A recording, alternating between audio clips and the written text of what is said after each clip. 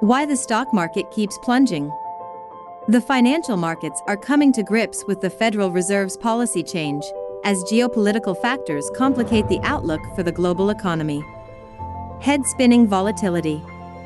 The S&P 500 has now registered 5 consecutive weekly declines, its longest streak of losses since June 2011. Stocks rallied earlier last week, before suffering their largest single-day drop since the start of the pandemic on Thursday. Futures point to another drop in U.S. stocks this morning. What's driving the wild swings? The financial markets are coming to grips with a stunning policy change by the Federal Reserve, writes the Times columnist Jeff Sommer.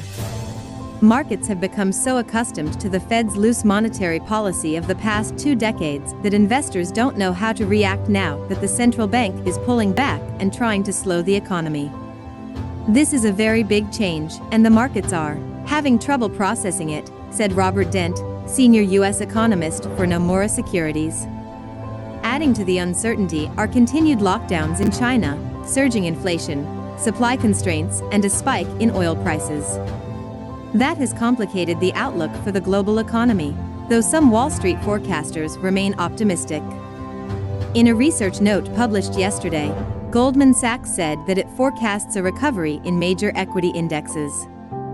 The tightening in U.S. financial conditions has somewhat rebalanced the risks to the Fed's mandate and potentially set the stage for a stabilization in the financial market environment, the note said. Tech stocks and crypto prices are falling again. Bitcoin this morning hit its lowest level since July 2021. Tech companies, both global powerhouses and startups, are also feeling the pain.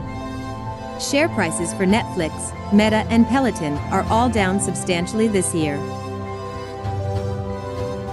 Some strategists are saying prices could continue to fall until they land back where they were before the pandemic.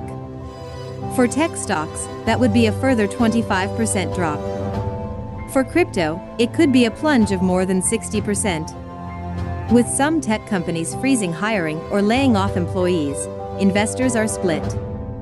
Some see a temporary slowdown, while others say it is a sign of a deeper slump to come, the Wall Street Journal reports.